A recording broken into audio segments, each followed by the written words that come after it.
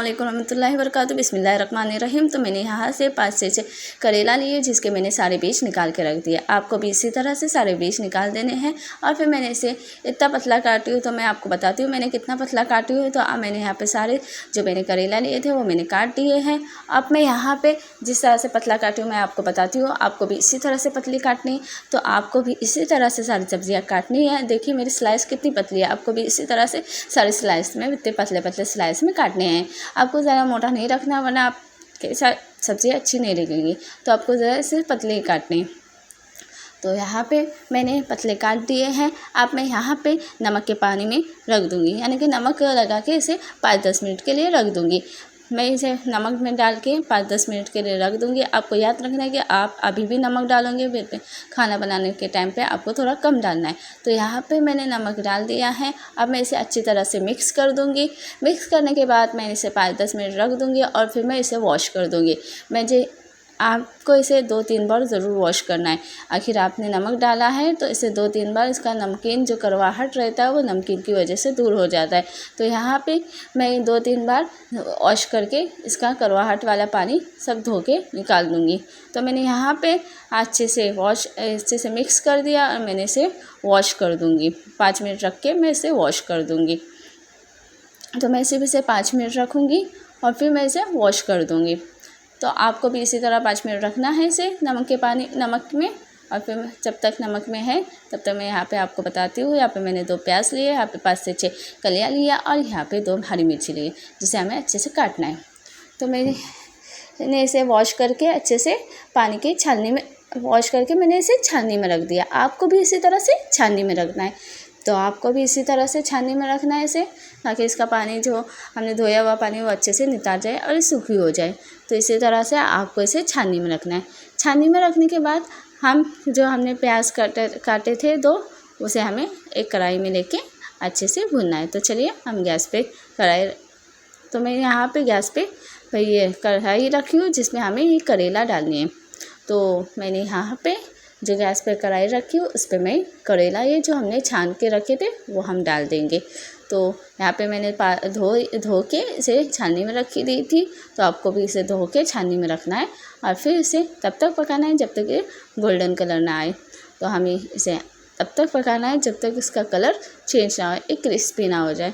तो आपको इसे कुरकुरा क्रिस्पी करना है। तो चलिए आइए हम बताते हैं आपको किस तरह से इसे क्रिस्पी और करारा करना है। आपको इसी तरह से अलट पलट करते रहना, वरना आपके एक साइड से पक जाएंगे और एक साइड से क्रिस्पी नहीं होंगे। इसलिए आपको बार बार इसे अलट पलट करते रहना है। आपको इसे बार बार इसी तरह से अलट पलट करते बैठना है। आपको इस पर पूरी तरह से ध्यान देना है। आपको इसे छोड़ के बिल्कुल नहीं रखना है। तो मैं यहाँ पे इसी चम्मच से अलट पलट करते बैठूँगी। तो आपको भी इसी तरह से अलट पलट करते रहना है। तो करेले की सब्ज़ी बहुत ही फ़ायदेमंद होती है। डायबिटीज़ वालों के लिए तो बहुत ही ज़्यादा फ़ायदेमंद होती है। तो यहाँ पे हमारा कलर थोड़ा सा चेंज हुआ। आपको फिर से देखना है कि आपके अच्छे से पके हैं या नहीं। तो यहाँ पे मेरे अच्छे से कलर गोल्डन हो चुका है। मैं आपको बताती हूँ, आप यहाँ से चम्मच से उठाएंगे तो आपको कड़कड़ा आवाज़ आ जाएंगी। तो इसी तरह से आपके गोल्डन होना चाहिए। तो यहाँ पे मैंने क्रिस्पी करारे और बना दिए हैं। मैंने यहाँ पे करेला की सब्ज़ी, यहाँ पे आपको दिख रहा है कि पूरा कलर चेंज हो चुका है। तो आपको भी इसी तरह से करेले की सब्ज़ी का कलर पूरा चेंज करना है। तब तक पकाना है जब तक ये आपके कुरकुरी करारे ना हो जाए। और यहाँ पे मेरे करारे हो चुके हैं। तो यहाँ पे मैं आपको उठा के भी बता चुकी हूँ चम्मच से कि किस तरह से करारे हो चुके। तो जब ये इस तरह से करारे हो जाए तो आपको इसे गैस बंद के निकाल देना। और फिर मैं एक पतीली में गैस चढ़ाऊँगी और जिसमें मैं ऑयल डालूँगी और जो मैं प्याज 2 काटी थी वो मैं 2 प्याज काटी हुई इसमें डाल दूँगी। आपको भी इसमें 2 प्याज कटे हुए डाल देने हैं। तो इसे भी मैं सॉफ्ट जब तक नरम ना हो जाए, जैसे सब्जियों में लगता है उसी तरह मैं इसे नरम कर दूँगी। और मैं यहाँ पे प्याज के साइड में लहसुन जो मैंने चॉप की थी और मिर्ची वो डाल दूँगी। पहले मैं थोड़ा सा ही प्याज डालूँगी, ज़्यादा प्याज नहीं डालूँगी।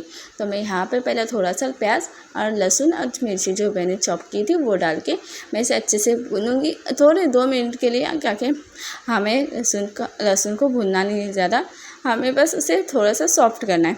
तो इसी तरह से मैं इसे 2 मिनट के लिए खाली ऐसे ये करूँगी। फिर मैं वो जो बचा हुआ मेरा प्याज था वो मैं सब डाल दूँगी इसके अंदर। तो फिर मैंने यहाँ पे 2-3 मिनट के लिए इसे थोड़े से प्याज में और लहसुन मिर्ची एक साथ मैंने इसे भूनी है ऑयल में। तो आपको भी इसी तरह से करना है। और मैंने जो बचे हुआ प्याज था मेरा वो सब मैं अभी डाल दूँगी और इसे तब तक पकाऊँगी जब तक कि मेरा पूरा प्याज सॉफ्ट ना हो जाए, यानी कि नरम ना हो जाए। जैसे हम सब्जियों में, बाकी वगैरह सब्जियों में हम जैसे प्याज नरम करते हैं, हमें इसी तरह से करना है। हमें ना ही गोल्डन करना है, तो हमें इसी तरह से हमें प्याज करना है। तो ये मेरा प्याज अच्छे से नरम सॉफ्ट हो चुका है। तो आपको भी इसी तरह से प्याज नरम और सॉफ्ट करना है। तो फिर मैं यहाँ पे हल्दी डाल दूँगी। तो आपको भी इसी तरह हल्दी डालनी है और मैं इसे अच्छे से मिक्स कर दूँगी। पहले मैं इसे अच्छे से मिक्स कर दूँगी तो ये पूरी तरह से अच्छे से प्याज में मिक्स ना हो जाए और इसका कच्चापन दूर ना हो जाए।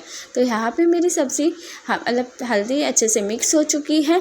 तो मैं यहाँ पे जीरा डाल दूँगी। आपको भी जितना जीरा लिया है मैंने उतना ही सौंफ डालूँगी, यानी कि बड़ी सौंफ डाल दूँगी।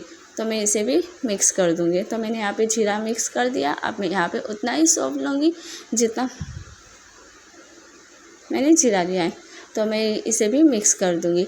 और फिर मैंने जो क्रिस्पी करारे जो मैंने किए थे करेला वो मैं इसमें डाल दूँगी। तो आप हमारी यहाँ पे सब्ज़ी अच्छे से तैयार हो चुकी है। आपको ज़्यादा पकाने की ज़रूरत नहीं, क्योंकि आपका प्याज भी पक चुका है और ये आपकी सब्ज़ी भी पकी हुई है। तो आप नमक हिसाब से डालिए, क्योंकि हमें पता है कि हमने पहले भी नमक डाल चुके हैं, इसलिए आपको ज़रा हिसाब से नमक डालना है, वरना आपकी सब्ज़ी नमकीन हो सकती है।